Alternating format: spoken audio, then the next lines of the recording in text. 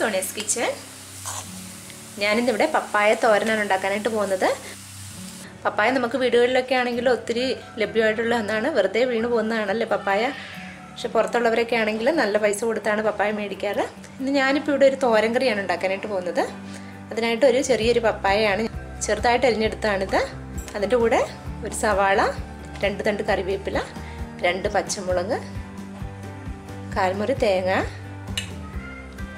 2 spoon എണ്ണ, അത് ഓയിലോ വെളിച്ചെണ്ണയോ എന്ത് വേണമെങ്കിലും ഉപയോഗിക്കാം, കടുക്, ഉപ്പ്, മഞ്ഞൾപ്പൊടി, പിന്നെ ഒരല്പം വെള്ളം. ഇതുണ്ടാക്കാനായിട്ട് തുടങ്ങാം. പപ്പായയ്ക്ക് വേണ്ടി ഞാൻ ഈ മുളകൊന്ന് മിക്സിയുടെ ജാറിലിട്ടൊന്ന് ഒതുക്കിയെടുക്കുകയാണ്. ഈ തേങ്ങയും മുളകും കൂടി ചേർത്ത്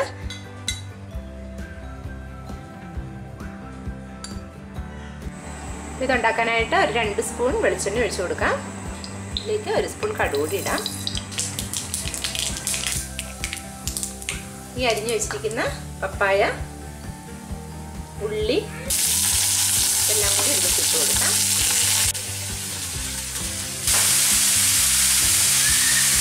ഇതിലേക്ക് ഒരു 1/4 സ്പൂൺ മഞ്ഞൾപ്പൊടി കൂടി ഇടുകയാണ്. ആവശ്യത്തിനുള്ള ഉപ്പ്. ഈ ഒതുക്കിയെടുത്തിരിക്കുന്ന മുളക്, തേങ്ങ ഇതും കൂടി ഇതിൻ്റെ കൂടെ തന്നെ അങ്ങ് ഇട്ട് കൊടുക്കാം. നല്ലൊരു ഇച്ചിരി ഒരു വെള്ളമയം ഉള്ളതുകൊണ്ട് ആ ഒരു വെള്ളമയം കൂടി മതി പപ്പായ വേകാനായിട്ട്.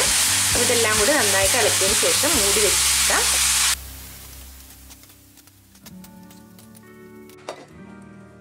ഇപ്പോൾ ഫ്ലെയിം കുറച്ച് വെക്കണം ഇനി, കാരണം കടുക് പൊട്ടിക്കുന്ന സമയത്ത് മീഡിയം ഫ്ലെയിമിലായിരുന്നു. ഞാനിപ്പോൾ അത് ലോ ഫ്ലെയിമിൽ ഇട്ടിരിക്കുകയാണ്. ഇപ്പോൾ 5 മിനിറ്റ് ആയിട്ടുണ്ട്. ഇതൊന്ന് ഇളക്കി കൊടുക്കാം. ഒന്നുകൂടി മൂടി വെച്ച് കൊടുക്കാം.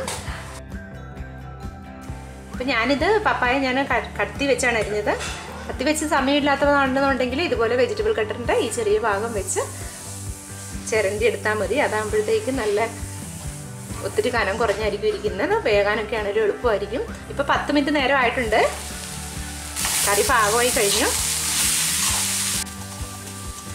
പപ്പായക്കറി തയ്യാറായി കഴിഞ്ഞു. ഇനി സെർവിങ് പ്ലേറ്റിലേക്ക് മാറ്റാം.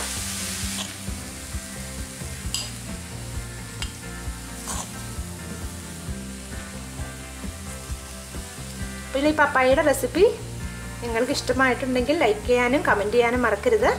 എൻ്റെ ചാനൽ സബ്സ്ക്രൈബ് ചെയ്തിട്ടില്ലാത്തവർ ചാനൽ സബ്സ്ക്രൈബ് ചെയ്യണം.